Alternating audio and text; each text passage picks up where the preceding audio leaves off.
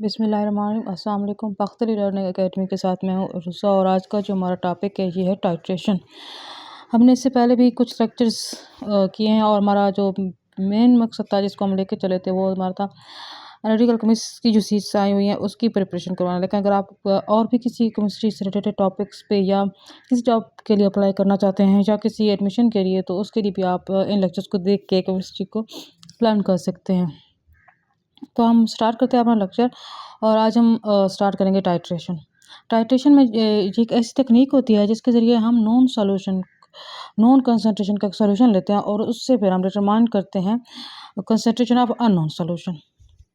तो जहाँ पे जो है ना हम बेसिकली कंसंट्रेशन की बात कर रहे होते हैं जिसमें एक कंपाउंड की हमें कंसंट्रेशन मालूम होती है और दूसरे की फिर हम कंसंट्रेशन डिटरमाइन करते हैं।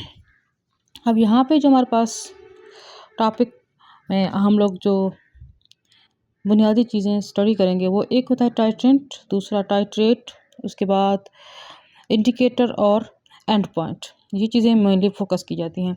अब टाइट्रेट क्या होता है? जो हम सोल्यूशन ब्यूरेट के अंदर लेते हैं उसे हम टाइट्रेंट कहते हैं। ये ऑब्जेक्टिव में भी पूछा जा सकता है कि टाइट्रेंट से मुराद क्या चीज़ होती है।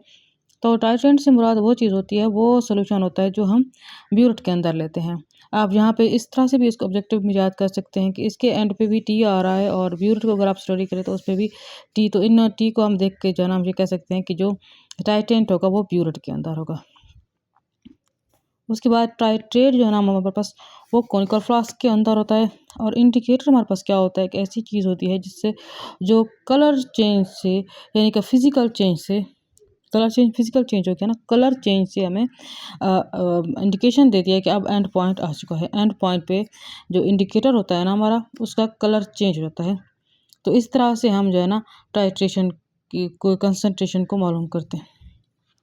ये चीज़ें हम आगे जब टाइप्स पढ़ेंगे तो हम वहाँ पे देखेंगे कि कौन सी टाइप के अंदर कौन सा टाइट्रेंट होता है, कौन सा टाइट्रेट होता है, इंडिकेटर क्या होता है और एंड पॉइंट क्या चीज़ें होती हैं। तो इसकी 4 मेन टाइप्स होती हैं जो हम आगे स्टडी करते हैं।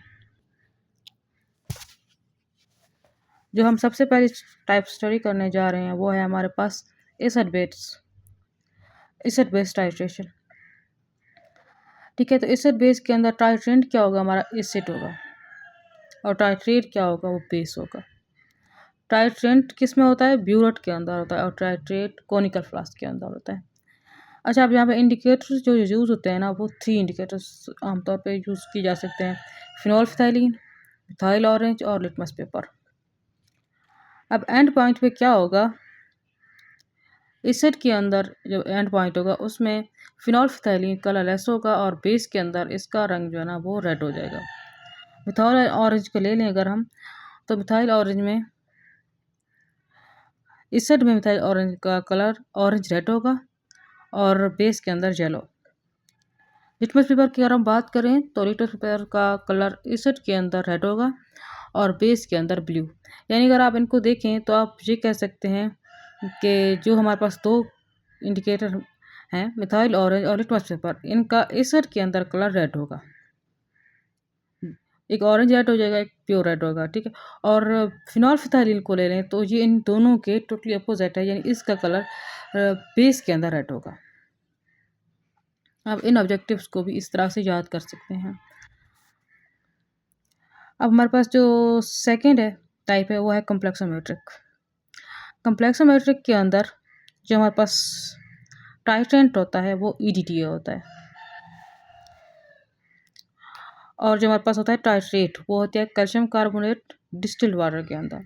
और इसको हम वो रखते हैं बेसिक बफर के अंदर, यानी pH इसकी क्या होती है? बेसिक बफर की 10 होती है। और ये किस तरह से प्रिपेयर किया जाता है? ये एक अहम ऑब्जेक्टिव हो सकती है कि अमोनियम हाइड्रोक्साइड और अमोनियम क्लोराइड की हेल्प से बेसिक बफर तैयार किया जाता है जिसकी जो pH होती है वो 10 होती है। अब ये जो है ना ऑब्जेक्टिव के तौर पे पूछा जा सकता है। और इंडिकेटर यहाँ पे होता है EBD। अब यहाँ पे जो एंड पॉइंट आएगा उसमें कलर जो है ना वो वाइन रेड से, EBD का कलर वाइन रेड से ब्लू हो जाएगा।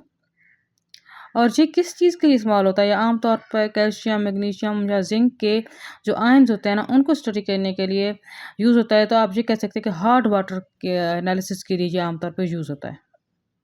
हार्ड वाटर के लिए अगर आपको टेस्ट करने जा रहे हैं, तो उसमें आप टाइट्रेशन को अगर लेना चाह रहे हैं, तो आप कौन-सी टाइट्रेशन लेंगे? Precipitation titration. ये ऑब्जेक्टिव के तौर पे पूछा जा सकता है, क्योंकि हमारा मेन फ़ोकस ऑब्जेक्टिव्स को स्टडी करना है। क्योंकि हम इस तरह के पीपीएससी के या एफपीएससी के पेपर्स की तैयारी कर रहे हैं, तो हमें ज़हन में अपने ऑब्जेक्टिव्स को ही लेकर चलना होगा कि कौन से ऑब्जेक्टिव आ सकती है। तो ये एक अहम ऑब्जेक्टिव है कि प्रेसिपिटेशन टाइट्रेशन